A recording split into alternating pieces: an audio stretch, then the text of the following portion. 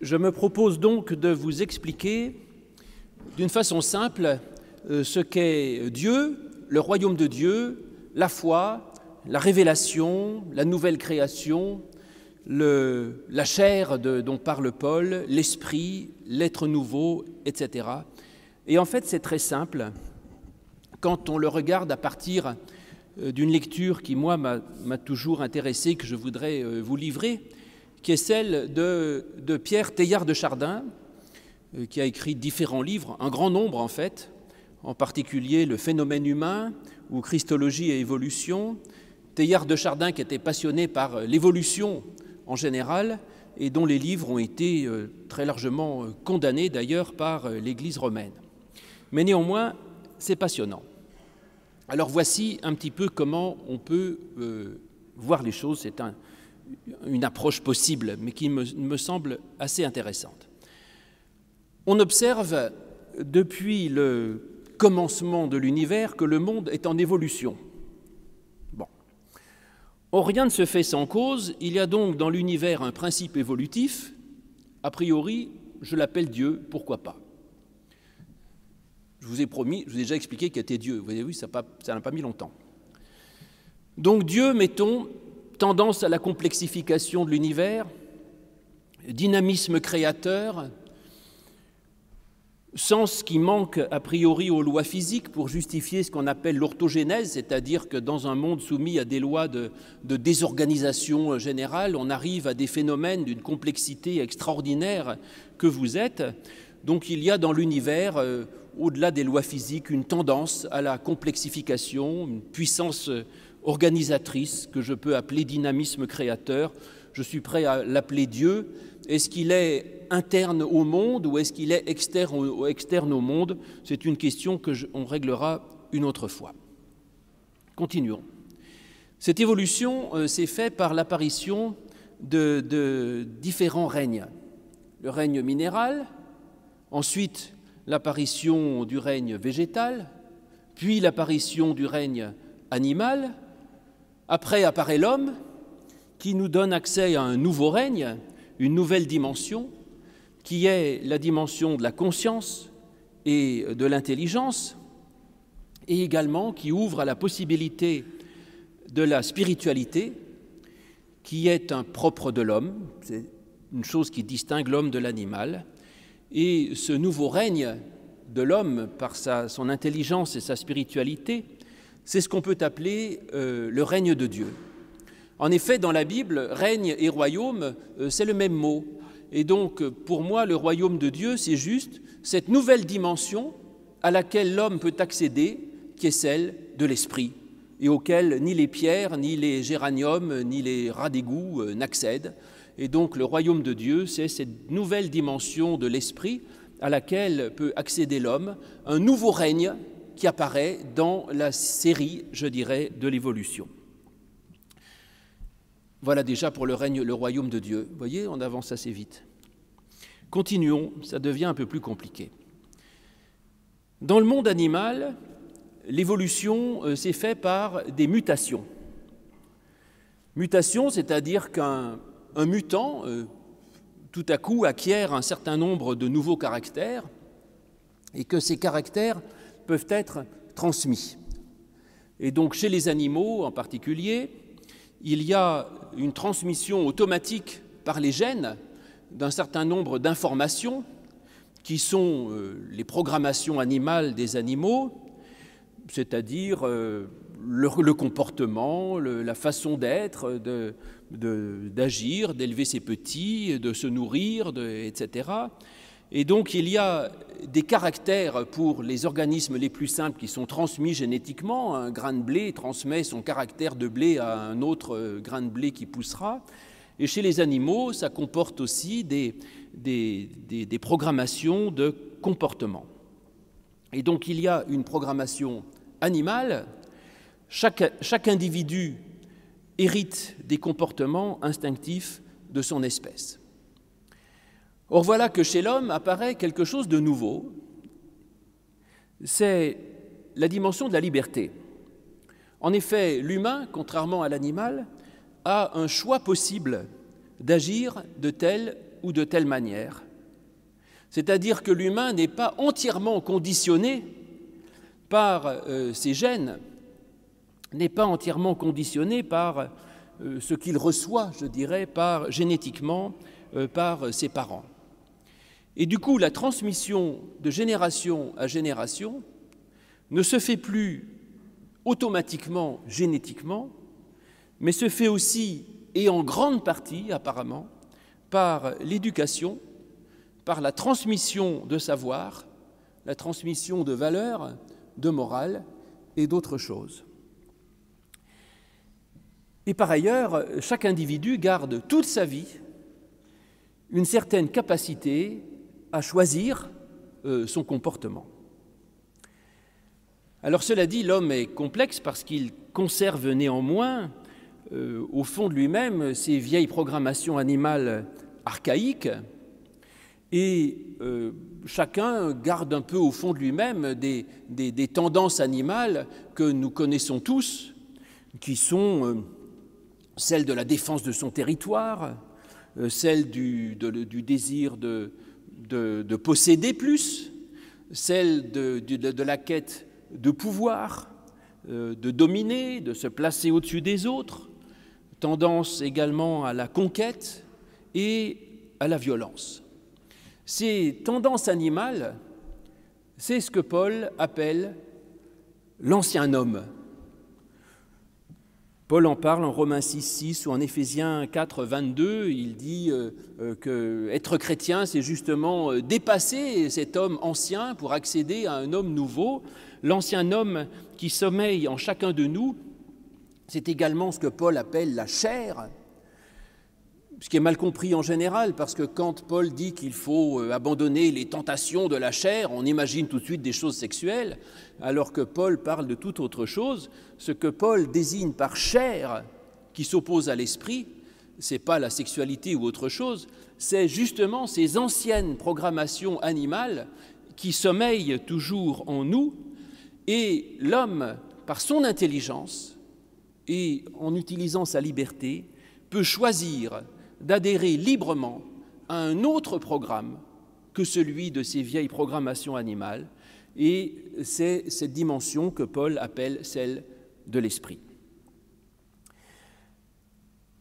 Alors donc, l'homme a soit la possibilité de rester totalement bestial, mais il peut choisir d'autres valeurs pour orienter sa vie.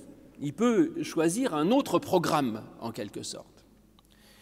La question, c'est de savoir quel programme l'homme va choisir pour orienter sa vie, puisqu'il a, lui, contrairement au chat ou au bœuf, la possibilité de choisir la manière avec laquelle il va programmer sa vie, c'est-à-dire que l'homme a la capacité de choisir, en quelque sorte, son logiciel système, pour parler comme un informaticien. Quel message l'individu va choisir pour reprogrammer sa vie ? On peut considérer que l'Évangile est une proposition d'un message programmatique, donc, s'opposant aux tendances naturelles. Et que le Christ, justement, essaye de dire il y a naturellement dans l'homme un certain nombre de tendances, et lui propose de reprogrammer ça autrement, en ayant une nouvelle proposition de vie pour l'homme. Vous pourrez relire tout l'Évangile, c'est présent du début à la fin, cette histoire. Et par exemple, nos origines animales nous incitent à certains comportements, je vous l'ai dit, le Christ propose de changer, d'évoluer. Par exemple, notre tendance animale première, c'est le désir de posséder toujours plus, et le Christ dit, moi je vous dis, donnez. C'est tout à fait contraire à nos programmations animales, c'est pas naturel. Nouvelle programmation. La tendance de nos vieilles programmations animales, c'est la tendance de la défense du territoire. Et Jésus dit, les renards ont des terriers, les oiseaux du ciel ont des nids, vieille programmation animale. Le Fils de l'homme, lui, n'a pas un endroit où reposer sa tête. Changement radical. On n'est plus dans le fait de s'accrocher à un territoire qu'on sera prêt à défendre, même par la violence ou autre chose, mais nous sommes invités, comme l'invite toute la Bible, à nous considérer, nous, comme étrangers et voyageurs sur la terre. C'est radicalement nouveau. Ou encore, la tendance naturelle de l'animal qui sommeille en nous, du vieil homme qui sommeille en nous, les tendances de la chair, comme dit Paul, c'est la loi du plus fort, le désir de dominer l'autre.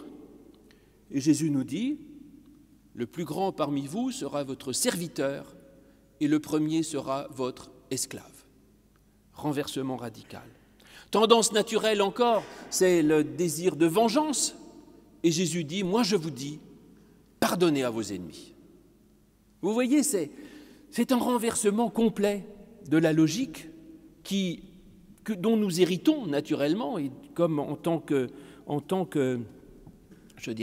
mammifère tout simplement. Et si vous partez dans cette idée, vous comprendrez qu'en fait, Paul ne dit que cela du début à la fin.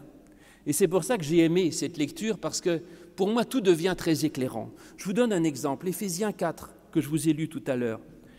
Voici donc ce que dit Paul, ce qu'il atteste dans le Seigneur. C'est que vous ne devez plus marcher comme les païens qui marchent selon la vanité de leur intelligence.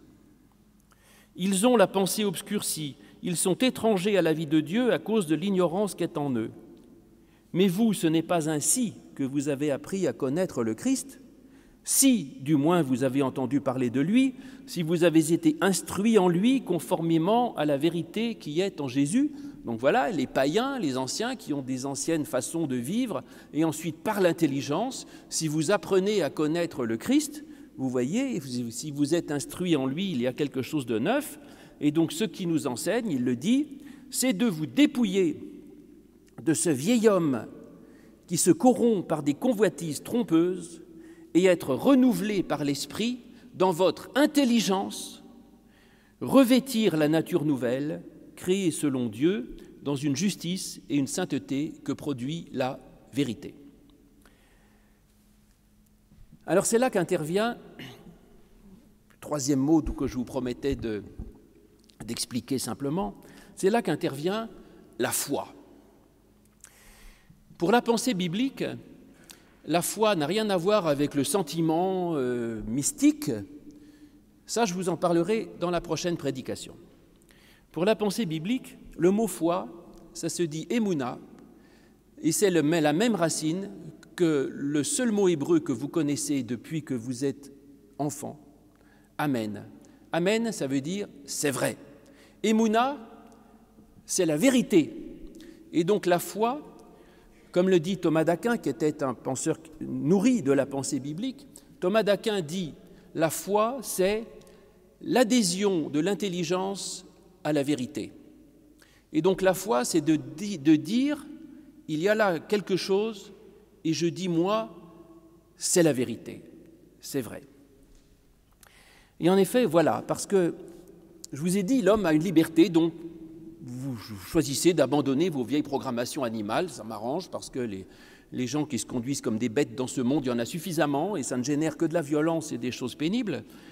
Mais devant la multitude de messages possibles pour réorienter ma vie, lequel je vais choisir? Et la foi en Christ, ça consiste à dire « Je crois que le message du Christ est vérité.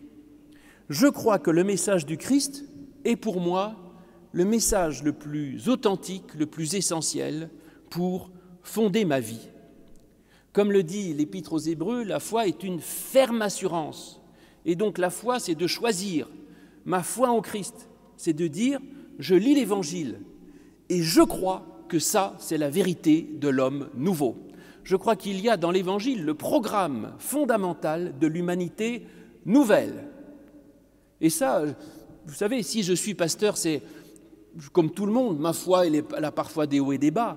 Mais il n'y a pas un matin où je me réveille sans me dire « Mais Jésus a raison, l'Évangile est la chose la plus essentielle. Et si l'humanité pouvait adopter l'Évangile, le pardon, la paix, le service, la grâce, la fraternité, eh bien, le monde serait quand même le royaume de Dieu. Voilà, c'est ça le royaume de Dieu. C'est un monde dans lequel on est dans une autre dimension, cette dimension nouvelle qui est possible à l'humanité et à laquelle l'animal n'a pas accès. Elle est possible à condition qu'on y accède par la foi, c'est-à-dire l'adhésion, et de dire oui, je crois dans l'Évangile. La foi consiste à choisir un message particulier. Je vous expliquais ce que c'est que la foi, j'avance, vous voyez, et dire, je crois que dans ce message, il y a ce que j'appelle une parole de Dieu.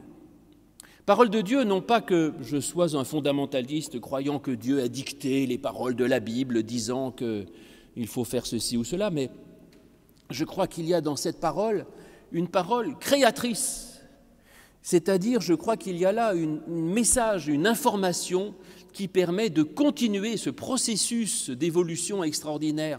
Si Dieu est cette puissance d'évolution et de création qui pousse la matière minérale à devenir végétale, à devenir animale, à devenir humain, la liberté, la conscience, eh bien cette puissance créatrice continue par un nouveau mode de création qui passe par l'intelligence et par l'adhésion de l'être, et que je crois que ce nouveau mode de création passe justement par l'adhésion à cette parole, à ce message que je décrète comme étant pour moi parole de Dieu, c'est-à-dire parole créatrice qui va dans le sens de la création, de l'évolution et de la volonté de Dieu pour le monde. Et c'est pour cela donc également, je vais dire, je crois que cette parole est une révélation. Parce qu'en effet, je vous l'ai dit, la création ou l'évolution n'ont pas cessé. L'évolution se continue. L'ancienne évolution se faisait lentement par des mutations génétiques. La nouvelle création, la nouvelle évolution, c'est quelque chose à laquelle nous pouvons prendre part et qui demande notre adhésion. Alors, puisque nous sommes là à pouvoir évoluer, dans quel sens vous allez évoluer? Vers où? Ça, c'est la question. Rien n'est imposé. Quel est l'homme nouveau voulu par Dieu? Quelle est, dans notre liberté de choix, la direction qui est le projet créateur de Dieu? C'est ce que les théologiens appellent quel est le plan de Dieu. Parce que les théologiens pensent effectivement que Dieu a un projet pour l'humanité. Et la Bible nous dit que Dieu a un projet pour l'humanité et que ce projet, Dieu le révèle à un certain nombre de personnes qu'ils appellent des prophètes. Parce qu'en effet, nous-mêmes, par notre intelligence, nous ne pouvons pas deviner dans quel sens il faut aller. Comment le saurions-nous? Mais Dieu dit son projet à un certain nombre d'hommes qui sont les prophètes. Et là, je vais régler encore des tas de problèmes, vous allez voir. En hébreu, dans l'Ancien Testament, ce programme de Dieu pour l'humanité nouvelle, l'Ancien Testament appelle ça un secret intelligible du projet créateur de Dieu. Secret parce que je ne peux pas le deviner si personne ne me l'explique. Et dans le livre d'Amos, effectivement, par exemple, Dieu dit, le prophète dit, Dieu explique son secret à son serviteur, le prophète. Tout ça est très bien et vous le comprenez. Là où ça devient compliqué et où on ne comprend plus rien, c'est que quand les gens ont voulu traduire l'Ancien Testament en grec, le mot hébreu secret, sod, ils l'ont traduit par mystérion. Alors on nous dit la religion est pleine de mystères, mais pas du tout. C'est pas mystère et boule de gomme. Mystère dans le sens de la Bible, ça veut dire le secret intelligible de la volonté de Dieu qu'il nous fait connaître par la révélation, c'est-à-dire par les prophètes et en plénitude par le Christ. Donc il n'y a pas de mystère ni de boule de gomme, si vous voulez. C'est juste quelque chose qui nous est dit et que nous pouvons comprendre. Ensuite, les traducteurs latins ont encore aggravé la chose. Ils ont traduit ce mot mysterion par sacramentum. Et comme les Français n'ont pas voulu traduire, on l'a traduit par sacrement. Alors on dit c'est le sacrement de l'Église. Plus personne ne comprend rien. C'est quoi le sacrement de l'Église et de Jésus-Christ? C'est très simple. Vous lirez Paul, chaque fois qu'il parle du sacrement, du sacramentum, du secret intelligible, du plan de Dieu, que Dieu nous révèle par le Christ, qui est de devenir semblable au Christ. Donc vous disais-je, dans la religion, il n'y a ni mystère, ni boule de gomme, ni sacrement, ni quoi que ce soit, mais juste un message créateur révélé par Dieu. Et la foi, c'est de reconnaître dans tel ou tel message ce que l'on croit être la vérité du projet créateur de Dieu. Et pour moi, c'est l'évangile du Christ. Vous relisez tout Paul et vous verrez qu'avec cette clé de lecture, Paul devient d'une limpidité absolument incroyable. Je vous lirai juste 2 exemples. Un, la conclusion de l'Épître aux Romains, où Paul dit cela. « À celui qui a le pouvoir de vous affermir selon mon évangile et la prédication de Jésus-Christ, conformément à la révélation du mystère, voilà, mystérion, du sacrement, ce que vous voulez, mais conformément à la révélation du mystère tenu secret dès les origines des temps, donc c'est ce projet de Dieu, mais manifesté maintenant par les écrits prophétiques, d'après l'ordre du Dieu éternel, porté à la connaissance de toutes les nations en vue de l'obéissance de la foi. C'est ce que je viens de vous dire. Ou encore en Éphésiens 1,9, encore là où apparaît ce mystère, voilà ce que dit Paul. Dieu nous a fait connaître le mystère de sa volonté, le dessein bienveillant qu'il s'était proposé en lui, pour l'exécuter quand les temps seraient accomplis. Et voici ce mystère, donc, réunir sous un seul chef, le Christ, tout ce qui est dans les cieux et sur la terre. En lui, nous avons été mis à part, prédestinés selon le plan de celui qui opère tout selon la décision de sa volonté, afin que nous servions à célébrer sa gloire, nous qui d'avance avons espéré en Christ. En lui, vous aussi, après avoir entendu la parole de la vérité, l'évangile de votre salut. En lui, vous avez cru et vous avez été scellés du Saint-Esprit qui avait été promis et qui constitue le gage de notre héritage en vue de la libération de ceux que Dieu s'est acquis pour célébrer sa gloire. Donc voilà, c'est une information nouvelle. Et l'Évangile nous donne une évolution possible de l'humanité. Je vous ai dit, dans l'évolution s'est toujours faite, surtout dans le monde animal et végétal aussi, par des mutants. C'est-à-dire que tout à coup, il y a un individu qui acquiert des qualités particulières, et si elles sont valables, elles sont transmises ensuite à ses descendants.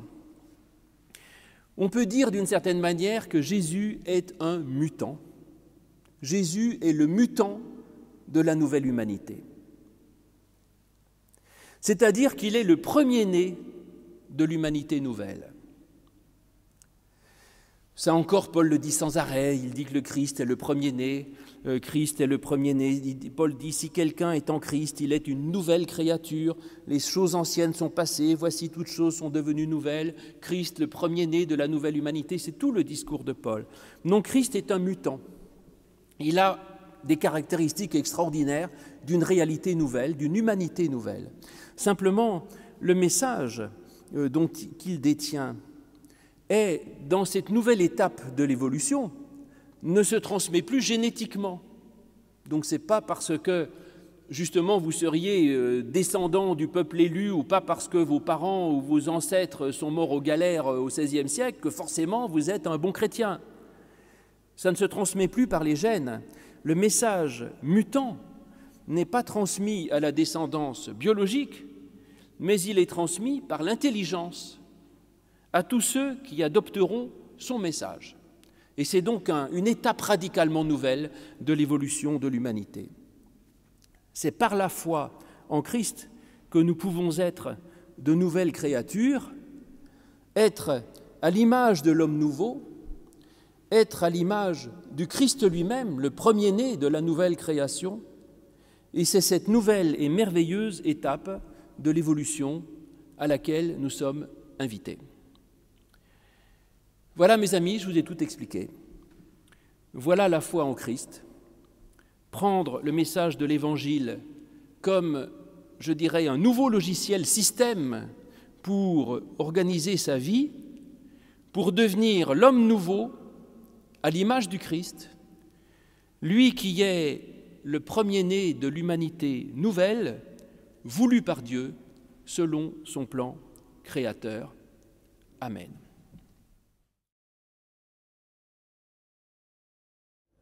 Tout d'abord, que je lis par plaisir parce que c'est un de mes passages préférés, c'est le début de l'évangile de Jean.